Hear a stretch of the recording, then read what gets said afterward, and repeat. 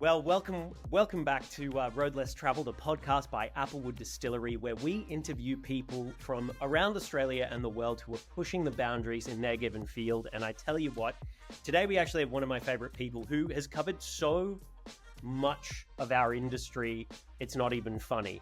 From bartending to brand ambassador, global brand ambassador work, to launching probably one of Australia's most premier whiskey brands, to then owning venues, to then drinks writing, which I know nothing about and I'm going to dive into today. We have the incredible drinks writer and also the co-owner of, I think, one of the hottest new bars in Melbourne this year, which is going to be award-winning if it hasn't already won awards, called Goodwater in Northcote in Melbourne. We have the incredible Fred Siggins with us.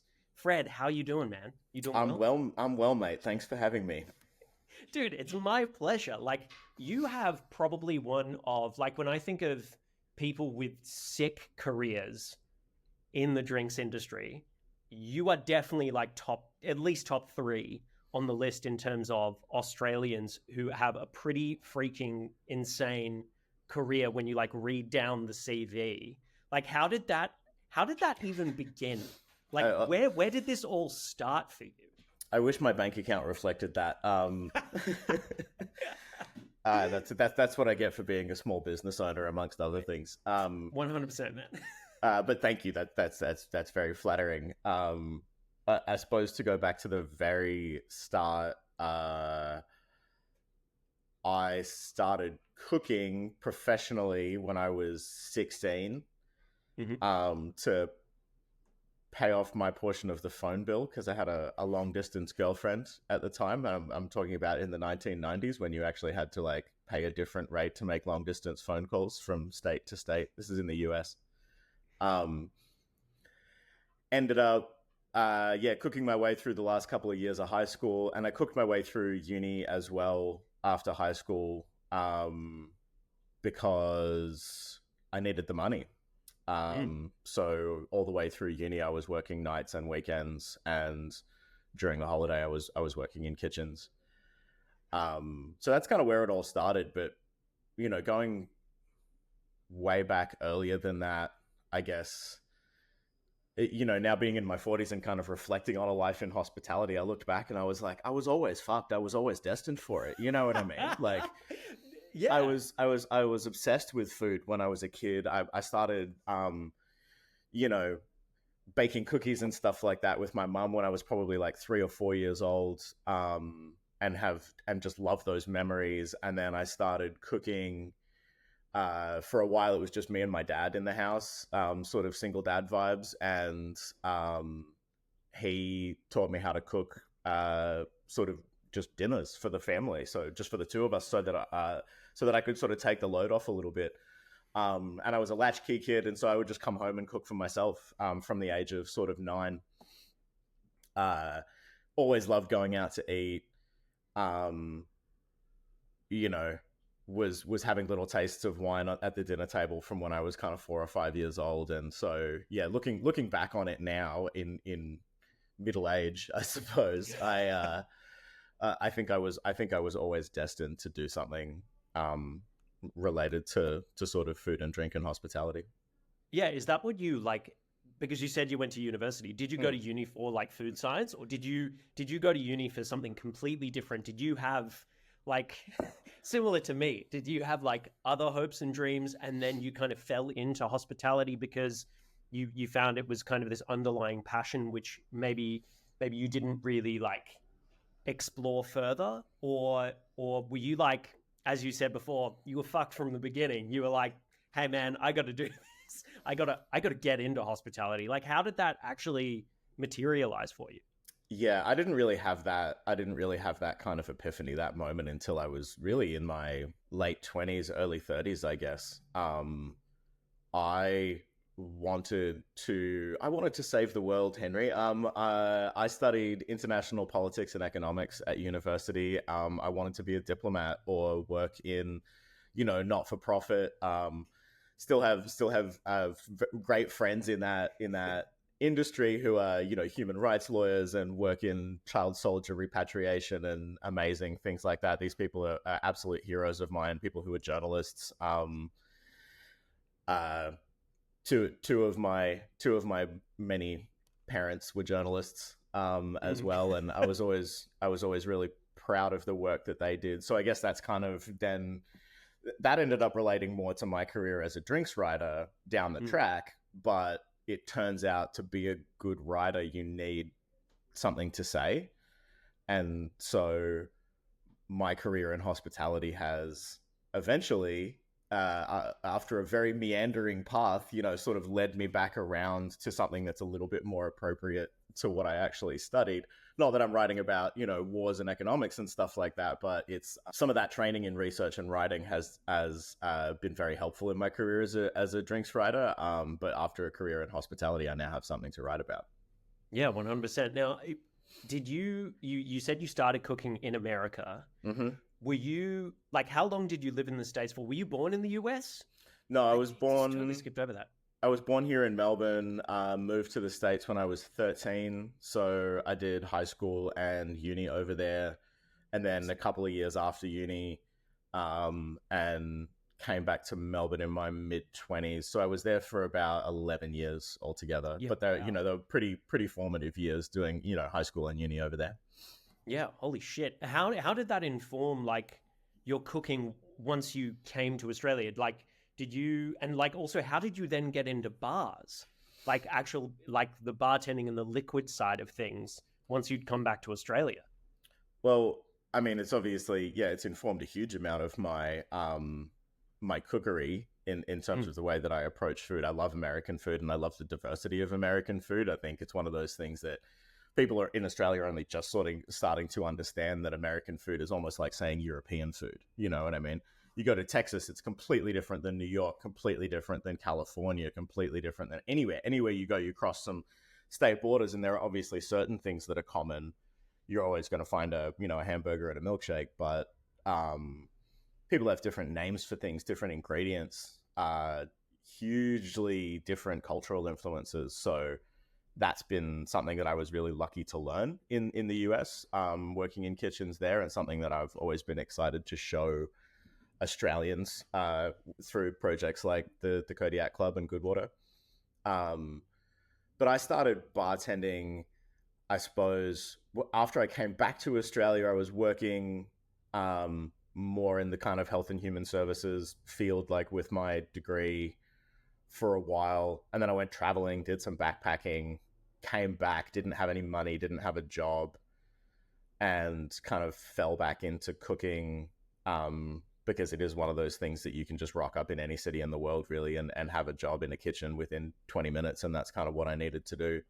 But then I was like, okay, I really don't want to be doing this full time. I want to be pursuing other things. I want to be pursuing writing, for example. And I also had dreams of being a professional photographer. So I started bartending because it was more flexible than working in the kitchen.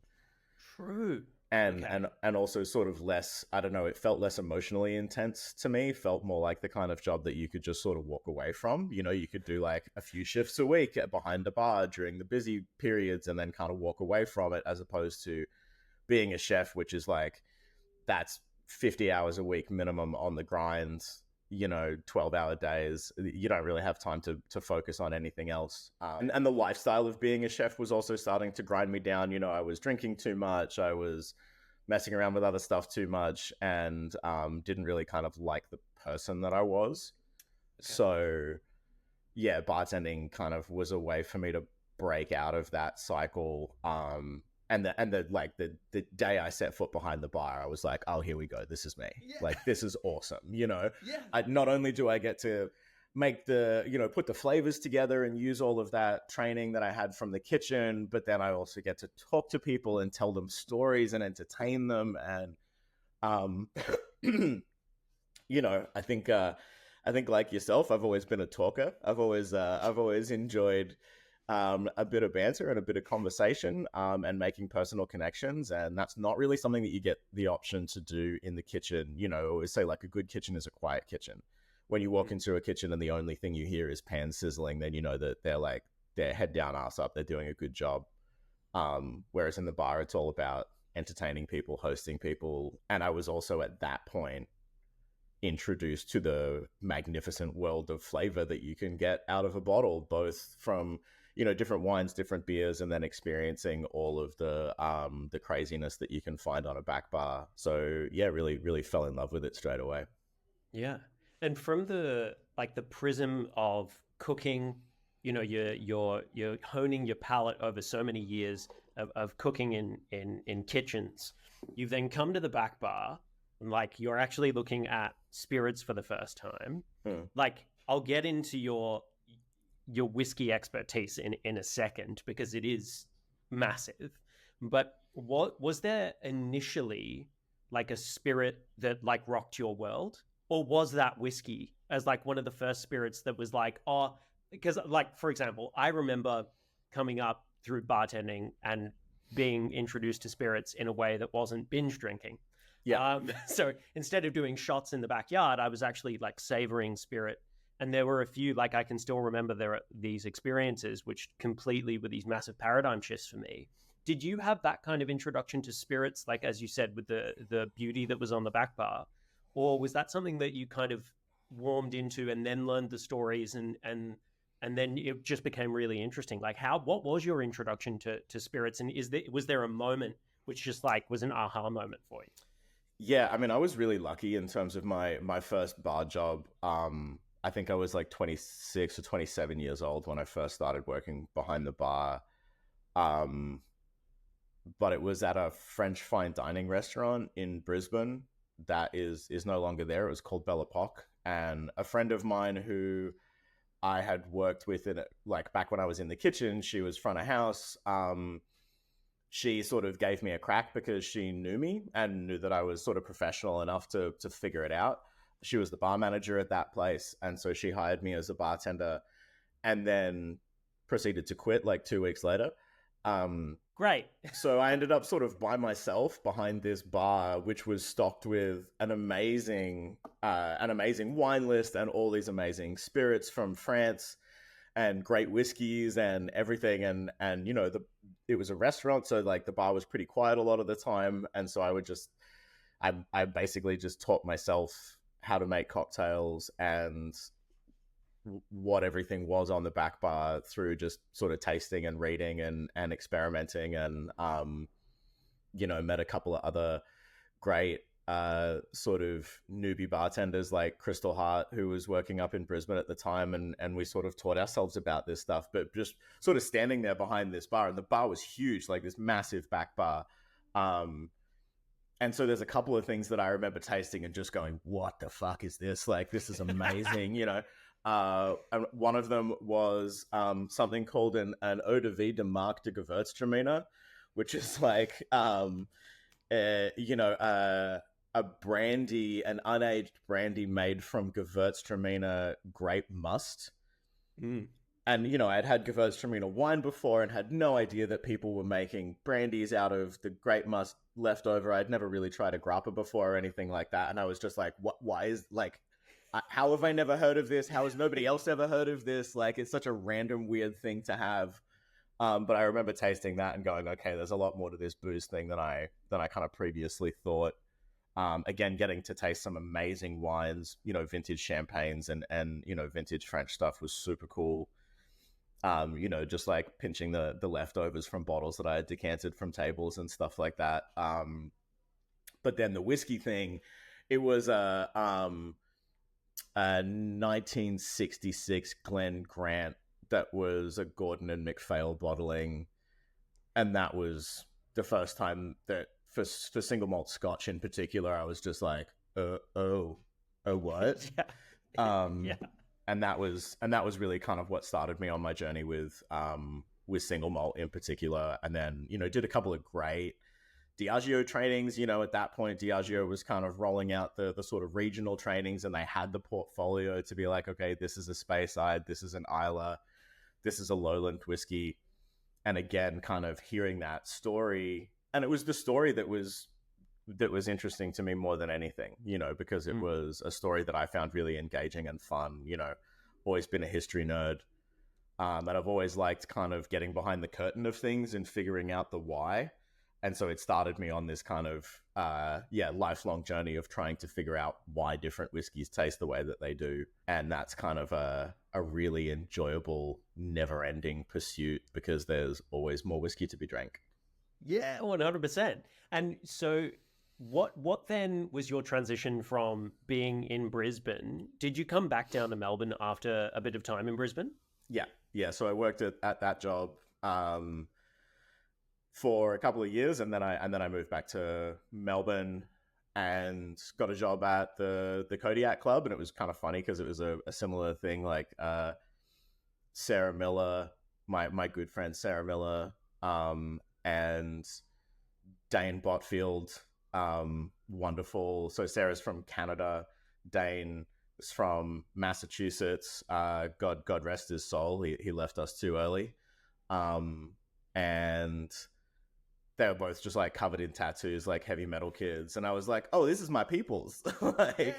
These kind of like rock and roll American kids. And I was like, sweet, let's do this, And so we were pouring shots of bourbon, and I was making buffalo wings and burgers in the back, and nobody had ever really kind of seen that kind of stuff before.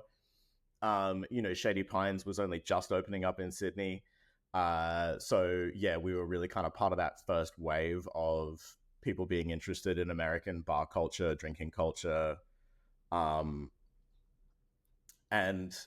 then kind of the same thing happened. Like Sarah quit like 3 months after I started there. And so I ended up being the venue manager of this place. And that's really, I guess, when that epiphany hit me, when I was kind of like, I'm 30 years old.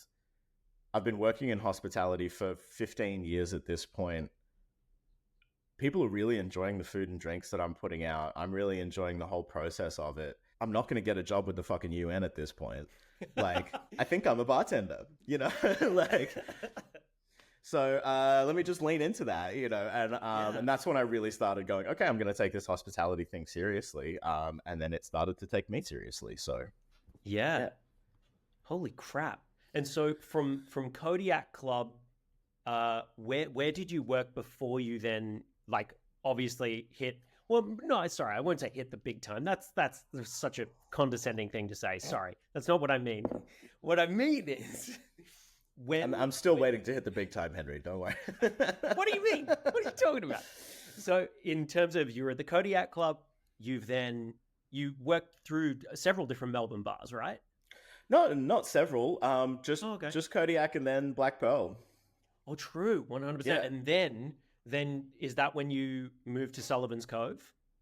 There was a little bit in between, but more or less. So basically, I was at Pearl for about 3.5 years, but at that point, I also started doing some part-time brand work and part-time events work, and eventually that stuff kind of, I was like reducing my hours at Pearl gradually over time as more of the events and brand work started to take over. Yeah. Just because, it paid better and the hours were better. And I was already in my 30s at that point and realized that I probably wasn't going to do 4 a.m. closes forever. Yeah. But obviously working at Pearl was an amazing experience, but I did sort of at that point was like trying to have an exit strategy from being full-time behind the stick. And I eventually sort of built myself a little like full-time kind of brand consultancy and events, little sort of like boutique sole trader thing where I was just doing, that kind of stuff all the time. And that's how I met the managing director of Sullivan's Cove. So he brought me on as brand manager when they took over the business in late 2016. Yeah, and this is definitely something where I'm really, really curious to pick your brain about, because you learned about whiskey, you were introduced to whiskey in terms of single malt Scotch whiskey, and then you get to work for probably, I would hazard to say, one of Australia's great distilleries, like world-renowned, sells out. Like, when I see those emails from Sullivan's Cove saying new barrel, I'm like, I'm never going to get it. I'm never going to be able to purchase that bottle. It's so incredibly popular. It's so high in quality. The notoriety of that whiskey and the brand building that you did with that whiskey was incredible. How did you tell the story of differentiation when you were learning about all that Scotch whiskey to then actually tell an Australian story? Well, I mean, I think that's like you've kind of hit the nail on the head there, is that like at that point, if you go back to 2014 when Sullivan's Cove was named world's best single malt at the World Whiskey Awards, nobody really was telling the Australian whiskey story. There were a couple of little distilleries floating around, but they didn't have marketing departments. They didn't have, distributors. They were... And so when I got to Tasmania, I was like, holy shit, this is such an amazing story. Like, not just Sullivan's Cove, even though, the Sullivan's Cove story in and of itself is amazing, but the whole Tasmanian whiskey story and then the Australian whiskey story more broadly. I got to do things like I went on a tour of the Seppeltsfield warehouses, and I had no idea that Australia had this. Even after working as a drinks professional for 15 years at that point, I had no idea that Australia had such an amazing history of fortified wine production. Knowing about single malt Scotch, I was like, right, okay, port and sherry, and I understand all of that. And then walking into those warehouses in Barossa and being like, oh my God, this is like these amazing, like 600-liter incredible tawny casks that have been sitting here since the 1920s, just like soaking in this amazing wine. And nobody was telling that story, right? Like, why is Sullivan's Cove so good? Why is Lark so good? And then, understanding the grain and meeting all the brewers and understanding the different yeasts that were being used and the different fermentation times. And so all I had to do was tell the story, right? Just put my professional kind of marketing brand guy hat on and go, okay, I'm going to tell this story the same way that Diageo or Bacardi would be telling a story about their products. And from that point, it was kind of easy, Right. Okay.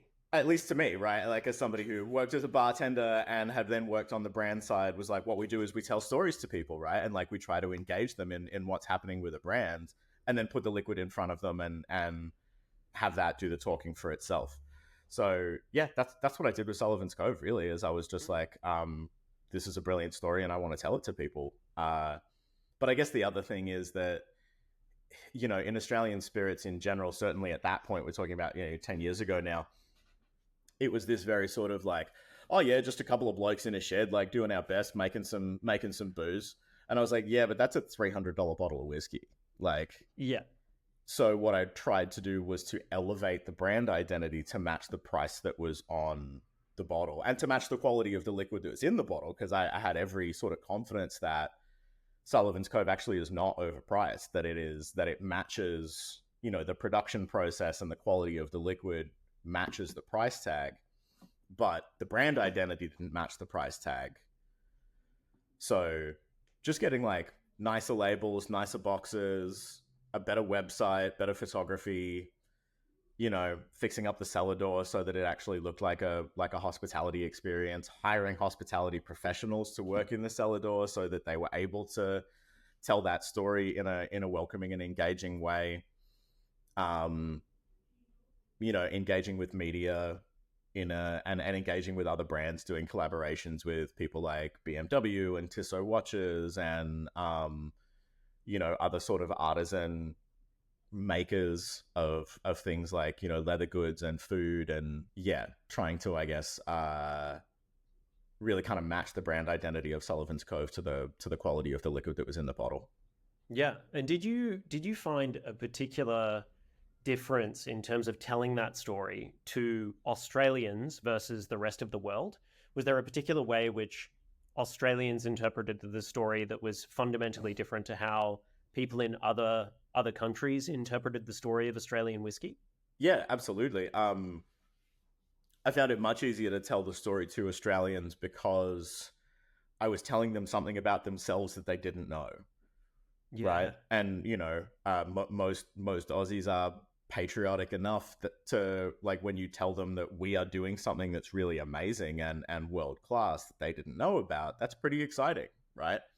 So because most Australians still to this day don't really know that Australian whiskey even exists as a category, let alone something as cool and as delicious as Sullivan's Cove, that was a really fun thing to open people's eyes to.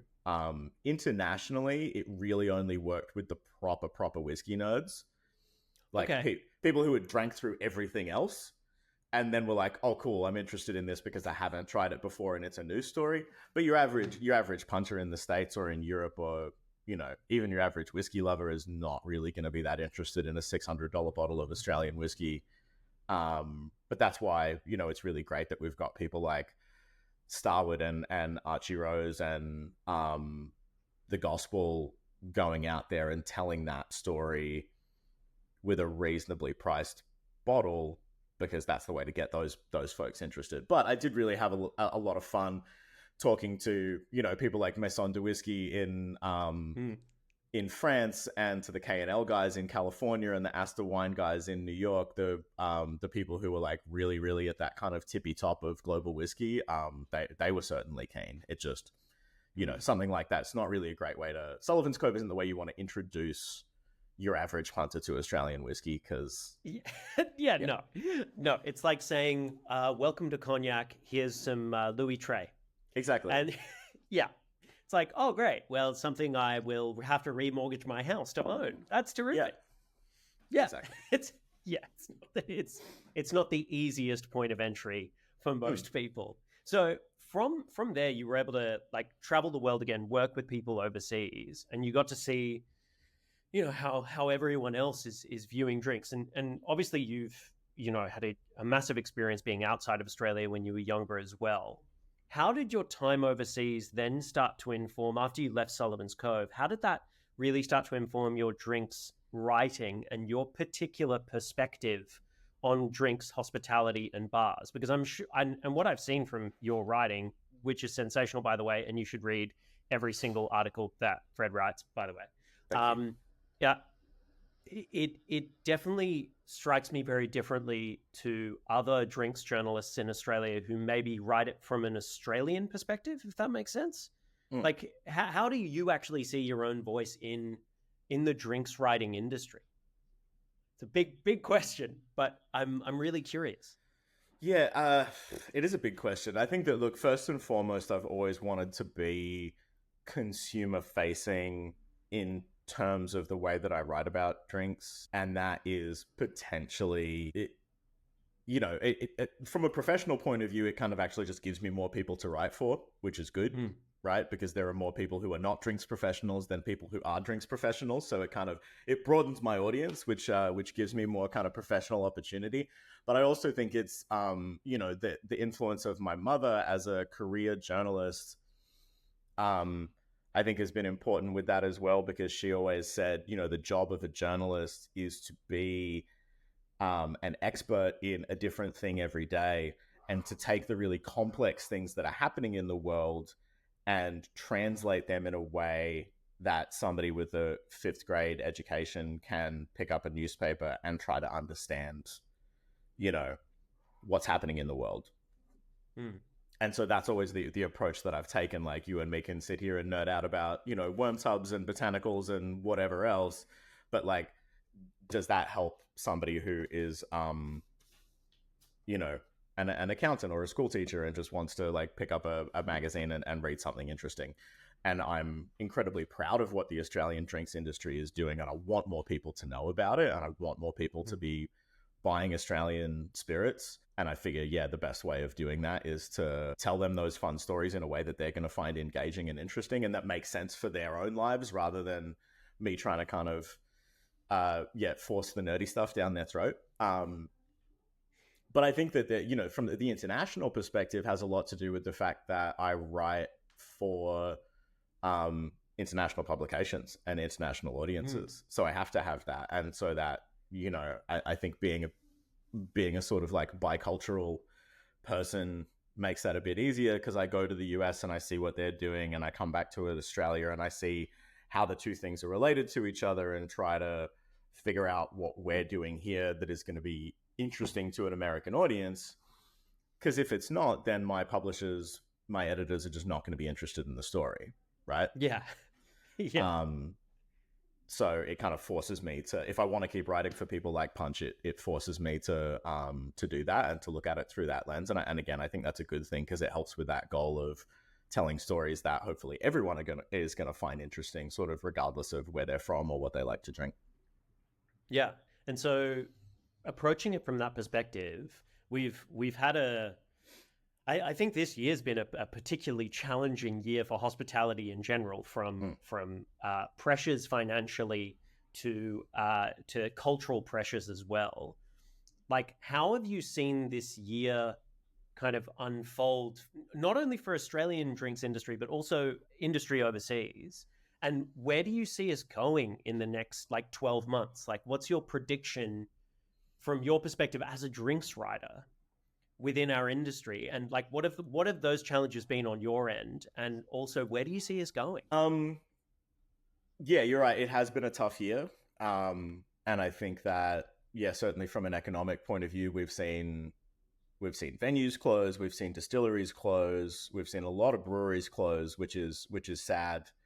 But to me, it's just a wobble on what is a long-term uptrend in terms of the quality and variety of drinks that we're making. I think we're on a very, very long arc from the industrialization of the entire food and drink industry that happened during the World Wars and the Depression, and the rise of supermarkets and multinational corporations and all that kind of stuff. We're on a big, long trajectory away from that towards people wanting to eat and drink local and wanting to eat and drink more interesting, less brand focused stuff. I don't think that's going anywhere. I do think that we're in a bit of a bubble, a bit of a sort of .com boom type situation where everyone and their mum thought that they could make beer or make spirits or open a bar or whatever it is, and that is fine when economic times are good, and you're always going to have a bit of a retrenchment when times get tough. But generally speaking, I'm super, super positive about where both the global and local drinks industries are headed. And I think that these little blips, as much as they can really suck for individuals and individual businesses, in the long run, they're probably a good thing because it does cut out the dead wood a little bit to a certain extent. And that, so no offense to anyone who's going through tough times whatsoever. But, if somebody doesn't have a really strong business model and a really strong offering, they might not survive the bad times. And I guess that's just the that's the brutality of capitalist economics. But it does mean that hopefully the really good people survive. And I think in the long run, the drinks are just going to continue to get better and cheaper. It forces things to get cheaper, right? Which then forces uptake. And I don't think that's a bad thing in the long run. I don't think it's a bad thing either. I'm always happy for cheap drinks, just between you and me. In terms of drinks journalism, specifically in Australia, at least what I've seen in the past, maybe 5-10 years, we've seen more diversification and more diversity within the voices within the drink space. What do you think we need in Australia to get, I suppose, an even more diverse or better conversation going surrounding drinks and restaurants in Australia? And do you believe we currently have a really robust drinks voice in Australia? Well, clearly I'm the poster child for diversity, Henry. And so am I. Yeah. So I probably won't comment too much on that. I mean, new and different voices are always great. And I think that, I've been very lucky in terms of the timing of my career, being really interested in cocktails at a time when cocktails were and continue to be a more important part of Australian drinking culture every day. 20 years ago, there were very few venues where you could get a decent cocktail. There was only 3 or 4 cocktail bars in all of Melbourne, and now there's hundreds, and you could walk into your neighborhood pub and expect them to be able to make you an espresso martini. So that's a real shift that I've been lucky to be a part of. both as a bartender and as a drinks writer. People's interest in whiskey and the boom in Australian whiskey production and Australian spirits production in general. Again, when I first moved to Melbourne, I think there were 10 distilleries in Australia. And now there are, I think, over 600. Like, that's wild, right? To have that have happened in 15 years. And for me to have been on the front lines of it, getting to know those people and being part of the industry. So again, it's like I have something to say about it because I was there and I am there. And the people who have been writing about drinks in Australia for a long time are mostly wine focused because that's what our drinks industry has mostly been. And now people are wanting to hear the stories about spirits and cocktails because they are culturally relevant in a way that they weren't in the past. And I'm sitting there going, hey, I know about those things. I can write about them for you. Yeah. So in terms of the diversity of the subject matter, I think we're seeing that. The fact that, James Halliday, Halliday's Wine Companion for the first time this year has asked me to write about spirits for them when they've been a 100% wine-focused publication for the last 40 years. That's great, right? And that shows that people are starting to the publishers are starting to diversify what they want to be talking about. The fact that people like Tea Magazine, which is a general style magazine, talks about like fashion and architecture and all that kind of stuff. The fact that they're interested in what I have to say about cocktails and bars and how they fit into the broader Australian cultural landscape. Yeah, it just shows that like what we're doing is relevant to people. And is becoming a more important part of Australian culture more broadly. So it's really fun to be on the front lines of that and to be somebody who has experience in those industries. So again, I've got something to say about it, and get to talk to you and get to talk to other producers and get to talk to bartenders and find out what the stories are, because I'm not frontline as much as I used to be. So I have to go out and find those stories. And, I'm lucky to know really talented people across many different aspects of the industry that I can speak to. And then, like I said, sort of translate those stories into something that other people are going to find engaging. More broadly speaking, as far as diversity goes, we always need more diverse voices in media, especially in Australian media. I think that we are behind the 8 ball with that compared to the United States in terms of getting more culturally diverse and more gender diverse and more age diverse people's voices. Journalism is one of those industries that very much works on seniority. So I do think it's incumbent for the big media organizations to go out and find voices that are, have different experiences. Mm-hmm. That's again, it's not really something that I suppose I feel qualified to comment on particularly deeply, but I'm always excited to see, more diverse voices in any form of journalism. We shouldn't have to flick to SBS to see that stuff. It should be everywhere, 100%, because it's all part of the Australian story and it's all part of the Australian culture. So we should hear from all parts of it. Absolutely. 100%. Yeah, I mean, and, especially being in Melbourne, like the influence of Southeast Asian and East Asian flavors and people on our culture more broadly, but especially on our bartending culture, is just like totally undeniable, right? Like, everything from the way that we perceive ice to the way that we use, Southeast Asian ingredients and flavors, and even the cocktail bars that some really great Southeast Asian restaurants have, where they're kind of incorporating those flavors and stuff like that. And you've got so many amazing bartenders who have that cultural background. And that's just obviously the tip of the iceberg. There's so much more interesting stuff happening. 100%.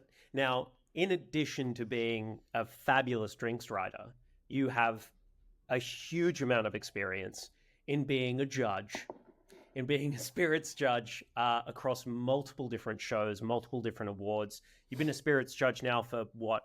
It must be like 7 years. I swear. This year was my 8th year of judging Australian Distilled Spirits Awards. Yeah, insane. So you have pretty much you've seen everything. You really have in many ways, shapes, and forms. You have seen a lot. When you approach judging something, like in spirits judging or in wine judging or in aperitif judging, whatever it might be, versus, I suppose, the drinks writer brain, what's the challenge there of like just taking one brain out and putting one brain in terms of judging versus journalism? I don't think of them as being different at all. Oh, okay. Because it's just you apply different filters. The same things are happening in my brain when I pick up a glass and smell it and taste it. If I'm writing about it for a kind of mass consumption audience, or if I'm writing tasting notes for a producer. But those are the different filters that I apply is that a producer wants to hear probably more technical feedback, not to the level of like how you distilled it or what botanicals you use, but sort of saying to them, okay, the nose is good or it falls down here, the palate is good or it falls down here. Is the oak and the spirit well balanced? Is the the alcohol content well controlled? Is the sugar in balance if it's a liqueur? That kind of stuff. And that's how I judge whether or not something is quote unquote good or whether it will get a Okay. high score is based on those kind of objective markers, I guess. Mm-hmm. But I'm still like absorbing all of the information about the spirit and thinking about how could I use it and who would enjoy drinking it. And that very much informs what I write about, because I'll sort of go out there and go, hey, everyone, did you know that there's like really cool rakia being made in South Australia? And I, have been lucky enough to be able to taste it as part of these spirits competitions and think it's really good and worth having a look at. And so anything that kind of engages my brain and engages my palate when I'm judging is probably going to end up in an article at some point down the track. Okay. Right. So you're not actually, it's just the different filters, as you said. Yeah. So it's really just like how you're digesting the information, not really having to, I suppose, remove part of what you're perceiving. Absolutely. And look, for me, part of being a successful writer is understanding your audience. So I'm going to write differently for a drinks trade publication than I am going to be for like a style magazine, than I am for a publication that's focused to people who are already really engaged in spirits and cocktails versus, a judging form that's going to go back to producers as part of the sort of feedback of a competition. Yeah, the things that are sort of firing off in my brain when I'm drinking those things, they're all there all the time. Yeah. Yeah, 100%. Now, you, as I said, have been judging spirits competitions now for 8 years, a huge amount of time. You've seen kind of the waves, the swings and roundabouts of different drinks fads or different drinks styles and what's been in fashion. What are you seeing now that's like on the fringe, which you believe is going to be kind of the next big thing in drinks? For like, if you were to give me your 2025 predictions of what's going to blow up, what would it be? Yeah, look, I mean, I'm probably not going to tell you anything that's like really kind of like shocking. I think that Australian agave is definitely a thing. One of the biggest things that we've seen come through this year is Australian blended whiskies, and those are going to be hugely important to the uptake of Australian whiskey by the general population, right? Okay. Because again, nobody's going to start with Sullivan's Cove unless they've just got more disposable income than any of us ever will have. So, being able to buy something like a Starwood Twofold, Morris has just released a blended whiskey, which has got all that big sort of juicy Rutherglen fortified stuff going on. And so giving people access to those flavors that are classic Aussie whiskey flavors at a super, super reasonable price point that can actually compete with stuff like, Johnny Walker and Dewars and the sort of stock standard stuff that can sit next to that stuff on the shelf at Dan Murphy's. That's gonna be an absolute game changer for Australian whiskey. Archie Rose have got a blended whiskey out now, so you're gonna see more and more of that, and I think that's a really good thing. because hopefully the idea being if somebody can buy a $60 or $70 bottle of Australian whiskey and enjoy it, then they're going to be much more likely to trade up to the $100 and $150 and $200 bottles. So that's a big thing. But overall, I just think Australian spirits are getting better. The quality is just getting better. Okay. They're getting better, and they're getting cheaper because people are realizing that there's not enough space on any shelf for 400 different $80 or $90 bottles of gin, right? 100%. Absolutely. So people are, and again, the economic conditions are being like, oh, okay, we're going to have to start thinking about price. So people are now trying to put good, high quality, consistent spirits on the shelf for cheaper, and I think that's a really positive thing. 100%. Absolutely. Yeah, but I also, the experimentation isn't going anywhere, and I think that's great. Like Australian spirits, like, is definitely the Wild West a little bit. And I think that's kind of a good thing and a bad thing. It means that some people are doing experiments that are never going to work. But it means that some really cool stuff is coming out of there as well. Like I've tasted some Australian kind of chartreuse style herbal liqueurs this year that have absolutely blown me away to the point where I'm like probably never going to buy a bottle of chartreuse ever again because the local stuff that I've tasted is just so good and so interesting that so seeing the fact that like Australian spirits can now do their own version of some really amazing classic sort of European and American stuff that we would usually have to import. I think that's going to continue as well. Yeah, 100%. Now, you've, as I've said, you've seen quite a bit out of the Australian industry. Do you think we have like an iconic spirit? Do you think we have like a spirit which people automatically associate with Australia in like the way that we think about Scotch and Scotland? Or do you think people associate brand to Australia? Well, yeah, it's Bundy, right? Yeah, it's Bundy. Yeah. That's the iconic Australian spirit. Like, and I challenge, yes, it is. And I challenge every single Australian distiller who's not owned by Diageo to knock them off the perch. Absolutely. I wholeheartedly hope that there will be some competition for Bundy Black Rats. I don't think there will be, sadly. I mean, hey, look, we just gave a gold medal to Bundy Solera at the Tasting Australia Awards. Of course, all tasted blind.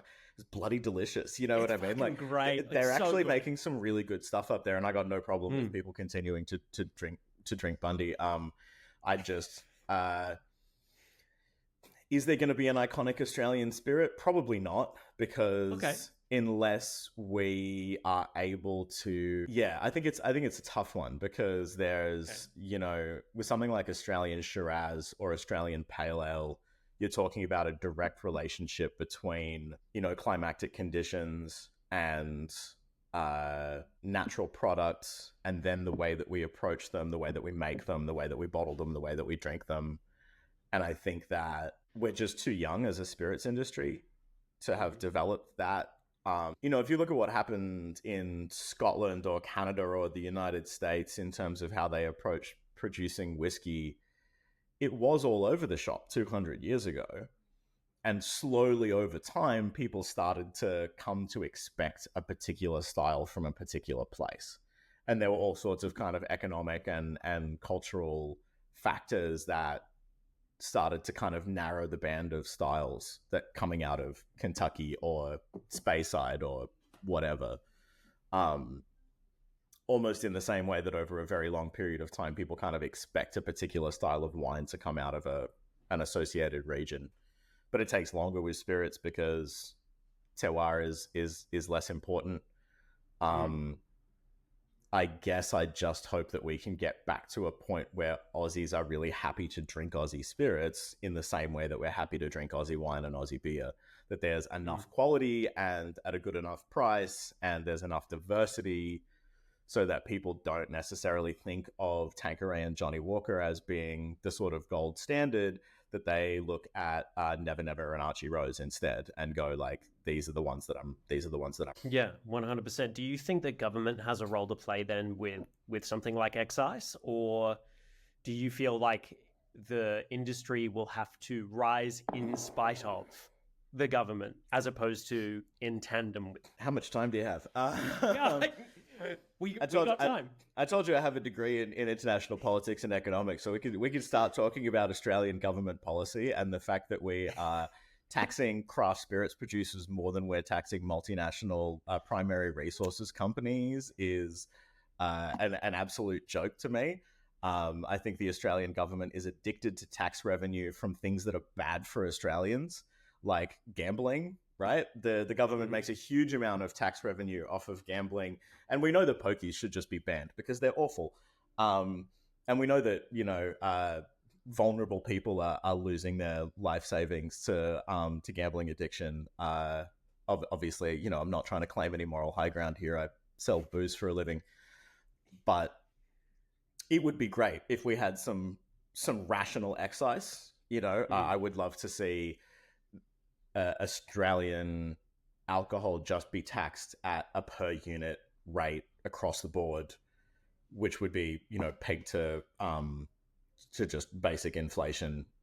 But yeah, the fact that we only get excise relief for local producers up to $350,000 means that everyone has to stay small. And that's not good for the industry. We want people to be able to scale up. We want them to be able to have the economies of scale to compete with imports. And so, the government definitely has a role to play in that. And I think that the state tourism boards also have a role to play. We just did a really cool thing with Food and Drink Victoria, where we brought in a bunch of Southeast Asian spirits buyers to show them around Victorian distilleries and make them cocktails and show them bars and really show them like the amazing stuff that's being made here in Victoria. And that was really great, but we need more of that. And we probably need some kind of peak marketing body for Australian spirits, the way that we've got Wine Australia as a kind of peak marketing body. So right now we've got these industry associations, which are great, but they're talking about things like excise relief and health and safety concerns, and it's much more sort of producer focused rather than being kind of marketing and consumer focused. So I think we need both sides of it, and I definitely think the government has a role to play there. 100%. Now, huge shift of gears. Goodwater, you as being co-owner of a fantastic, I'm going to call it American inspired. Is that kosher? Yeah, I think that's fair. Okay, cool. An incredible American inspired bar up in Northcote. You're behind the stick again. No, I'm not. Literally, no, you're not. No, I'm in the kitchen.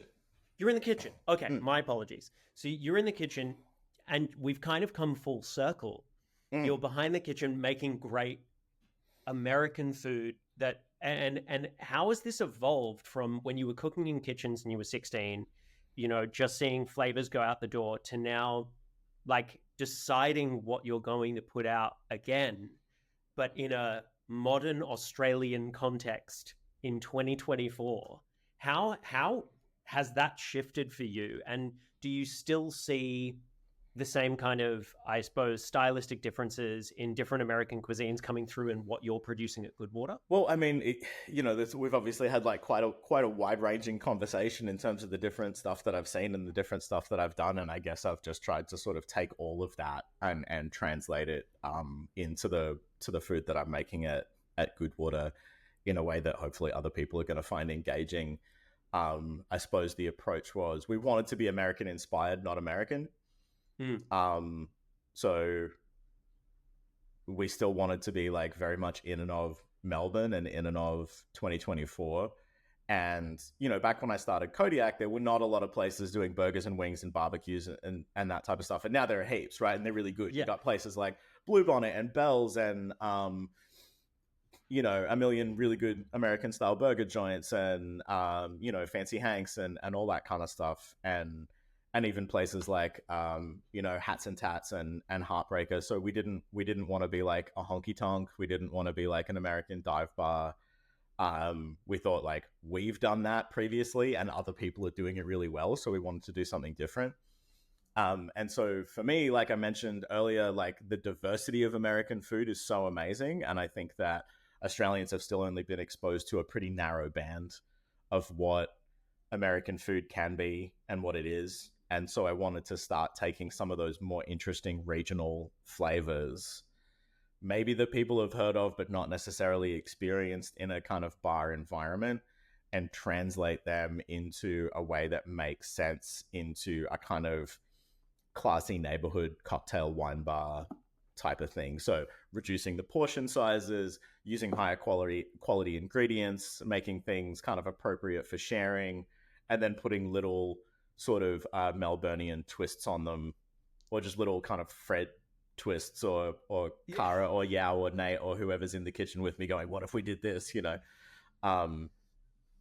so that's kind of the approach I've taken, and have been very lucky to work in American kitchens and understand those flavors and those ingredients from a pretty basic level, but then also being a Melbourne boy and loving the sort of casual wine bar culture that we have here at places like Gerald's Bar and Liberty and Arlequin and even Gin Palace, like really being sort of inspired by like the chicken sandwiches at Gin Palace, and just going like, it's just such great like late night, like but it still looks classy when it comes out, but then you like put hot sauce all over it, and it's like, so that's the kind of stuff that I really wanted to sort of translate the regional American flavors through that lens. Yeah. And the other thing about Goodwater, which you'll notice as soon as you walk in the door, is obviously the extensive and quite breathtaking bourbon collection and American whiskey collection that is on that back bar. How much did that collection inspire the food, the type of food or the regionality of food which you focused on in terms of the cuisine that you produce? I mean, the big thing is that I wanted to do American flavors. There's obviously like a lot of that whiskey comes from Kentucky, but certainly not all of it. And there'll always be a couple of like nods to like proper Southern cuisine on our menu. A, because of what we've got on the bar, but B, because one of my great sort of culinary mentors is my brother-in-law, Ryan, who was born and raised in North Carolina. So he is like, and he's an amazing cook. He's like classically French trained, so I call him the food genie, because he can basically like, you can rub his belly and he'll make anything. So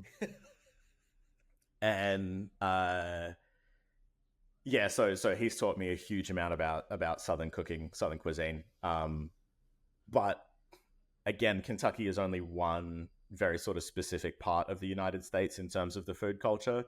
And I really did want to draw from the entire country. So stuff from California, from Texas, from New York, from the Midwest. There's going to be bits and pieces of everything on there. It's certainly not just inspired by Kentucky. Yeah, 100%. Is there a specific area or regionality of cuisine coming out of the US that for you is the most inspiring, or one which you just love? I mean, I lived in New York for such a long time, and I absolutely love sort of like New York Italian, and we've seen some of that starting to come to Australia with places like Leonardo's and Capitano and stuff like that. So that's obviously something that I'm kind of excited to try to translate into a Melbourne format that's gonna work in kind of like small plates, bar food style. Right now, the menu is inspired by California, and it's almost like cheating, because California just has so much good produce and is also so incredibly diverse. There's a massive Japanese population, massive Filipino population, massive like Mexican American population. Probably some of the best tacos I've ever had have been on street corners in LA. So, but then there's also like classic kind of American cuisine, like French dip sandwiches, invented it at Coleman's in the early 20th century, which is like a fantastic bar sandwich, and American Chinese food, like the kind of like Americanized Cantonese that was being served at the original tiki bars, like places like Trader Vic's and Don the Beachcombers and stuff like that, where they had Cantonese chefs in the kitchen because they didn't know what else to serve with these kind of tropical drinks. And so you get stuff like crab rangoon and General Tso's chicken and stuff like that coming out of that tradition. So yeah, that's the type of stuff I'm looking at right now. But the upcoming menu for summer is going to be a little bit more fun and a little bit more accessible. Probably more stuff that people have heard of. So we're going Tennessee. Is going to be, so there's going to be some there's going to be some smoked pork. There's going to be probably like a fried catfish sandwich. There's going to be some hush puppies, and yeah, there'll be some mac and cheese. I'm basically just getting Dolly Parton's cookbook and making everything out of that. That's sick, dude. Fried green tomatoes, all that type of stuff, you know? Here we go. So it's basically going to be Dolly Parton months at Goodwater. Yeah, but if Dolly Parton was the chef at a wine bar in Melbourne. Yeah. Dude, sign me up. Sign me up. I'm so fucking into that. That's wicked. So I have two last questions for you before I let you go. I know you're a busy guy. We'll get you back to your Friday. Number one is if you could speak to young Fred about whatever he was doing when he was young and give him some advice in terms of what he should be doing or how he can get better, what would that advice be to your younger self in terms of hospitality and drinks writing and the whole world that you've ended up in? I don't know. I think it's a good question, because I've certainly made some mistakes in my time, but I also don't think that if I hadn't made any of those mistakes that I would be where I am. I think that honestly the biggest piece of advice I would give is just try your best to be kind to people all the time, right? And I think that it took me a while to get over the sort of the angry chef in me, you know what I mean? There's an unfortunate culture in the kitchens of sort of like hypermasculinity. And like I said, I wasn't, when I was in the kitchen full time, when I left and started bartending, I didn't really like the person I had become because I was an angry person. And that is, I think, something that I've sort of like struggled with since then, especially in professional environments. If I get frustrated, if I get stressed out, there's like a thing that sort of clicks in where you want to start yelling at people, or at least start speaking to them in a way that's probably not appropriate. And yeah, so the things that I regret the most, I think, from my career would have been times when I've spoken to people out of anger and made them feel shitty in a way that's just not worth it. You know, It's not worth it for a single order to be screwed up, or even a single day in hospo to be an absolute nightmare to ruin somebody's day with angry words when you don't have to. That'd probably be my biggest advice to young Fred. Yeah, to young Fred. Yeah, would you also give that advice to like young bartenders as well? Like just. I absolutely would, but I don't see it as being much of a problem. Like these kids are great, man. They're so lovely, and they're so aware of different people's emotional capacities and mental capacities, and stuff that we just didn't talk about when I was coming up in hospo. Certainly not in the kitchen. It was like show any form of weakness, and it gets jumped upon. Yeah. Whereas now people are just like, they want to ask how are you and are you okay, and I just think it's great. So yes, I would obviously give that advice to younger bartenders, especially to young men, to be kind and be considerate of the people that you work with. But I think that they're just doing so much better than my generation of hospo. I've got no place advising them. I feel like I learned from them on how to be a kinder person every day. Yeah, that's actually one of the most beautiful sentiments I've heard about our current generation of bartenders. Like, I think our level of hospitality is becoming much better because of that kind of revolution that's happening in our society, which I'm really proud of. Absolutely. To see that happen. And you mentioned diversity earlier. It's such an important part of it, right? When you've got neurodiverse, gender diverse, sort of sexuality diverse, culturally diverse, age diverse people in a workplace together, as opposed to just like a bunch of straight white dudes, like it forces people to be more considerate of each other, and to be and that therefore creates an environment where you're more considerate of your customers. So it makes it a better workplace, and it makes it a more successful business, because at the end of the day, it is hospitality, and everyone should feel comfortable rocking up to our venues and having a nice time. So yeah, to me, it's by far the most positive change that I've seen in our industry is just the increase in diversity across the board, Yeah, and how much better it makes the experience on both sides of the stick. You know. Yeah, dude, one absolutely fundamentally agree. It's been one of my favorite things to watch. And then, sorry, final question, because I know we're already over time, and I'm so sorry about that. My final question to you, you already know what question I'm going to ask you, simply because I'm heading to the States really soon. And so I wanted to pick your brain about this. You definitely have, and I know you do, you have like a favorite American, either sandwich joint or like small plates joint in America. What is it, and what is the food? Like, when you think about some of the food you're cooking and some of the food you were inspired by, what's that like favorite sandwich joint? You mentioned New York before, and I was about to say Cat's Deli, but like, what is that quintessential food? Don't go to Cats; it's a tourist trap. It is. It is. You can find a better sandwich somewhere else for cheaper, buddy. I should have, and I could have.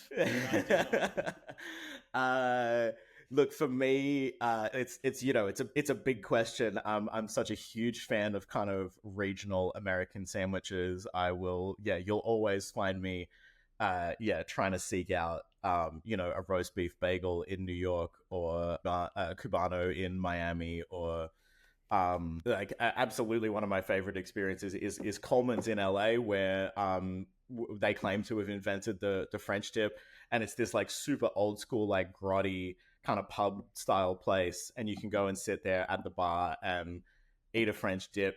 And then the Varnish, which is one of the best cocktail bars in America, is like speakeasy style inside Coleman's.